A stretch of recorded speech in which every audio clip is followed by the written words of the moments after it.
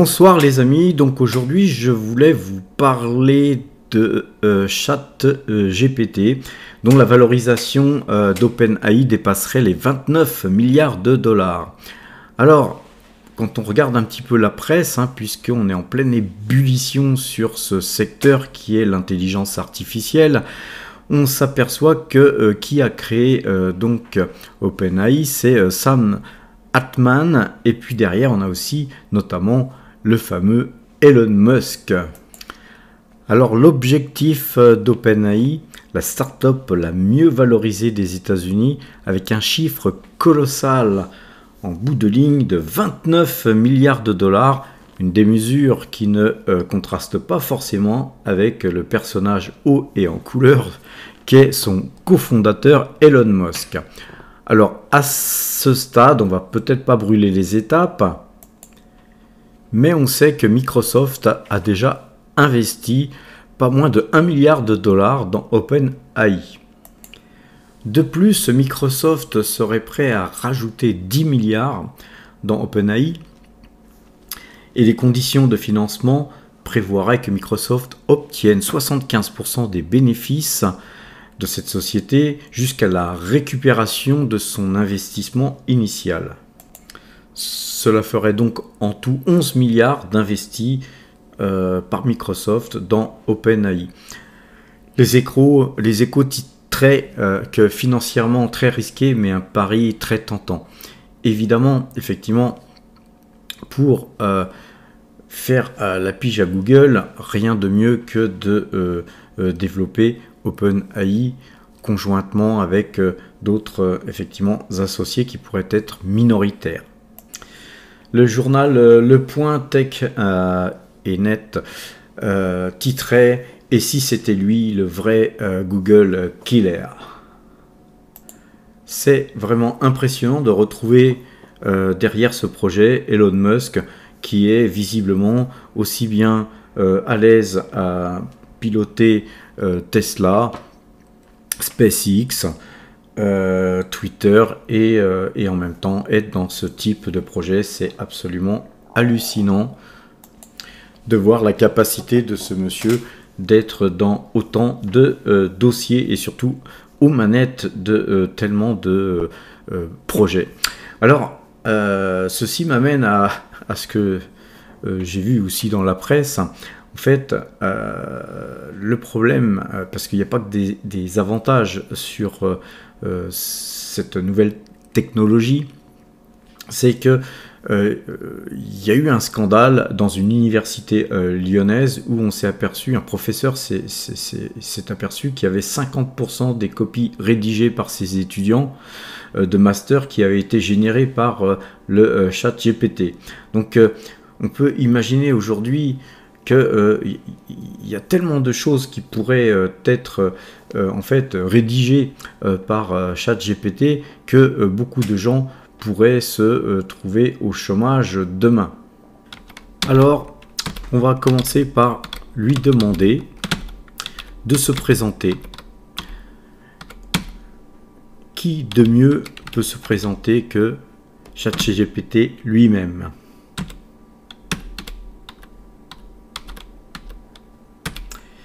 Et vous allez voir que c'est impressionnant. Voilà, il se présente. Après la question que je lui ai donc posée, vous voyez que la réponse est très rapide. Et vous voyez que les textes sont écrits d'ailleurs comme il le dit lui-même, avec une grande ressemblance à un texte écrit par un humain. Un des avantages de ChatGPT est sa capacité à comprendre le contexte d'une conversation et à y répondre de manière pertinente. Cela répond particulièrement utile pour les chatbots, les assistants virtuels, etc., etc. Donc absolument impressionnant. Je vous encourage à vous inscrire. C'est pas très compliqué pour s'inscrire. Il suffit simplement de leur donner, si mes souvenirs sont bons, j'ai fait ça hier, votre adresse email et votre numéro de téléphone. Il vous envoie un code et puis vous pouvez effectivement vous connecter et poser toutes les questions que vous voulez. ChatGPT est un modèle de langage qui fonctionne avec 175 milliards de paramètres. C'est surtout un modèle prédictif qui en fait écrit par rapport à la question. C'est absolument phénoménal comme innovation. Et le jour où on connectera ça vraiment et qu'on s'imprégnera sur l'ensemble de tout ce qu'il peut y avoir sur la toile, avec toutes les données disponibles sur Internet, toutes ces données massives vont nous faire tourner la tête, à mon avis. Alors, c'est un compléteur de texte qui simule en fait un dialogue. Vous pouvez dialoguer avec lui, avoir une conversation. Il se rappelle de ce que vous lui avez demandé avant.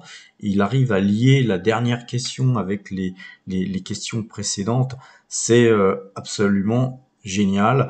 Vous pouvez lui demander de coder des pages web en HTML, en Python. Vous pouvez lui demander de traduire des textes dans d'autres langues. Enfin, c'est absolument énormissime. Je vous en parle parce que nous sommes sur une chaîne d'investissement et comment pouvoir investir dans cette technologie. C'est en fait très très simple. Il y a deux sociétés actuellement qui pourraient tirer pleinement parti de cette technologie. C'est Microsoft et Tesla.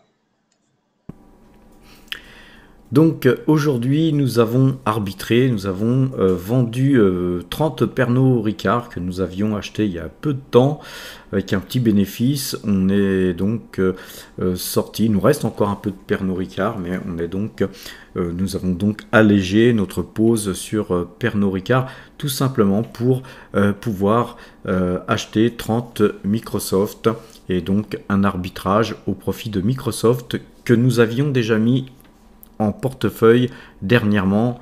Rappelez-vous la vidéo où je avais investi dans Microsoft et Tesla.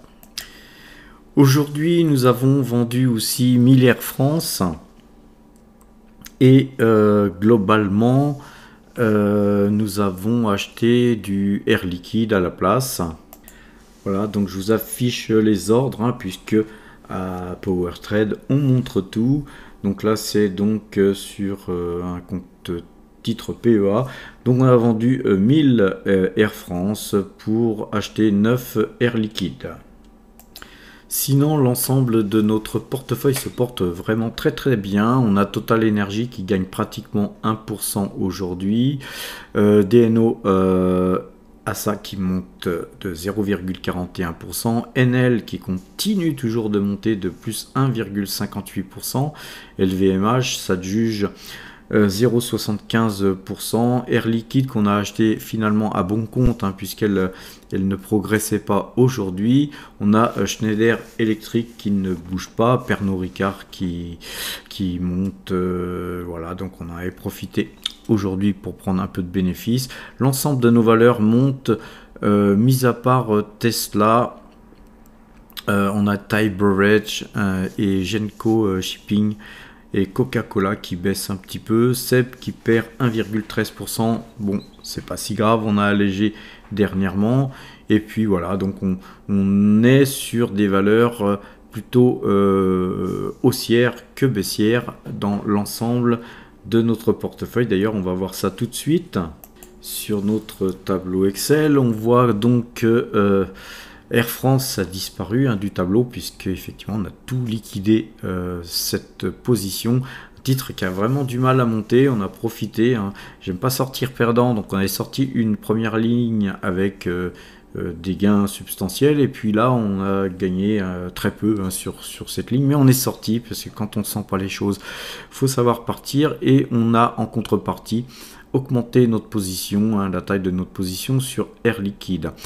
Voilà, Microsoft qui était une ligne de 10 titres que nous avions commencé il y a peu de temps, vient d'augmenter puisque là maintenant nous avons en portefeuille 40 titres et déjà Microsoft ça pèse 1,31% en termes d'allocation d'actifs sur le total de notre portefeuille. En contrepartie, évidemment, Pernod Ricard a légèrement baissé puisqu'elle est à 0,73%. Alors, notre portefeuille se porte plutôt bien depuis le début de l'année puisque nous gagnons 4,83%. Avec 36 124 euros, c'est vraiment cool, c'est pas mal. Évidemment, comparé au CAC 40, nous sommes quand même en retard, puisque le CAC 40, lui, est au-dessus de 6%. Maintenant, n'oublions pas que nous sommes très diversifiés, et justement dans des valeurs comme Microsoft, on a des valeurs au Japon, on a des valeurs aussi à Singapour, donc effectivement se comparer uniquement au CAC 40 c'est bien, mais ça ne fait pas tout. C'est vrai que si on se compare avec d'autres indices, on pourrait effectivement mieux se valoriser, mais dernièrement je me suis beaucoup comparé au CAC 40, donc continuons comme ça. On peut se comparer aussi au SP500, hein, c'est les deux en fait indices sur lesquels moi j'aime bien me comparer.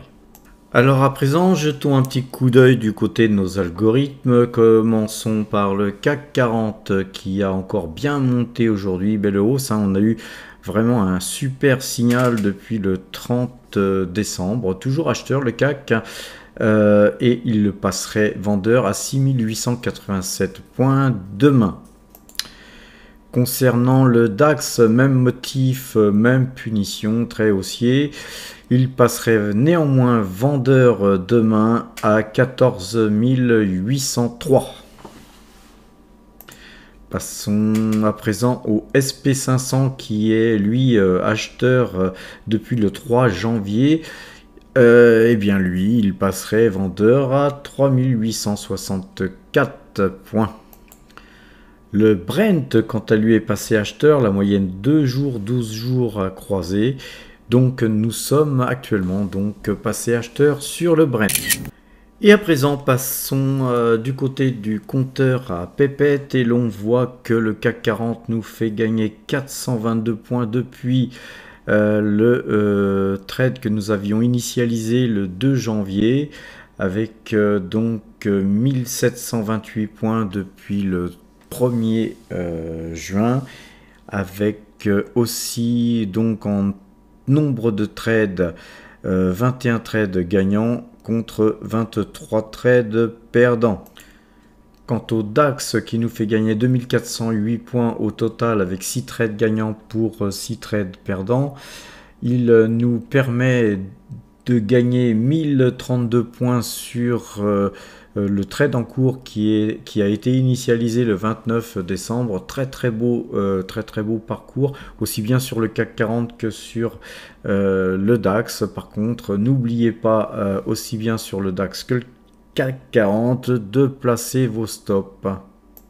Le SP500 quant à lui nous fait gagner 175 points depuis le 2 décembre avec 2 trades gagnants pour 4 trades perdants. Le trade en cours nous fait gagner 134 points. Le Brent, quant à lui, nous fait gagner 3,51 $ depuis le 0,2 12 22 par contrat. Et donc nous avons 4 trades gagnants pour 2 trades perdants. Le trade en cours que nous avons initialisé aujourd'hui, puisque nous sommes passés acheteurs aujourd'hui sur le Brent, rappelez-vous, à 82,38 $, nous fait gagner 1,89 $ sur ce trade. Voilà les amis, je vous souhaite une bonne fin de soirée et à demain si vous le voulez bien.